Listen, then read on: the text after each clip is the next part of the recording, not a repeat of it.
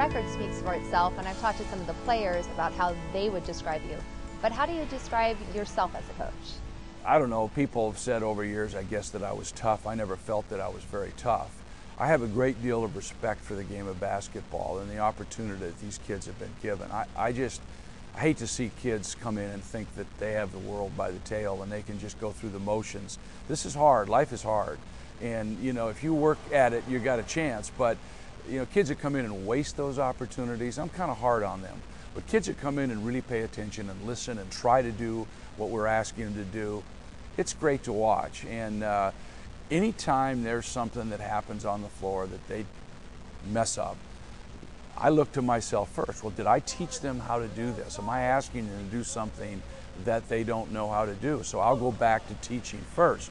So that's my priority, and there's pretty much no nonsense out there on the court. We want things done right. We want it done precisely. We want it done together. Off the court, I like these kids, and it's fun to hang out. And looking on the court, what are some of your specific coaching principles that you like incorporated into the game? You defend first. If they can't score, they can't beat you. You take high percentage shots. You play as a team. Everybody has a job, everybody has a role. Sometimes your job might not be as glamorous, but if you do your job and the next person does his job, then somebody's going to make a basket. You know, the joy in sports, especially team sports, of which basketball is the ultimate team sport, is watching them work together toward a common goal and then succeeding. And then you look at them in a locker room after they've won a big game, and just the feeling that everybody has toward one another, the things they'll remember down way later in life as they swap lies about how good they were and what their role was in a big one. I think that's what makes it worthwhile. People associate a lot of great words with you when they look at your career and your coaching style. What are 3 words you would want to be associated with yourself?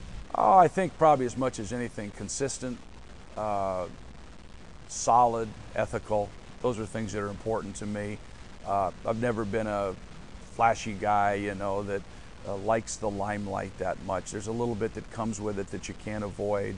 I'm pretty much a homebody that likes to go home after practice and sit in my chair and curl up and fall asleep and be with my family. But, you know, if when I was done people felt like I did it the right way, that I was a solid coach that was fair and consistent, I'd be good with that. And I think a lot of people feel like they know you because they've been a fan of your basketball coaching. What wouldn't they know, though, about you away from the court? How would you describe yourself?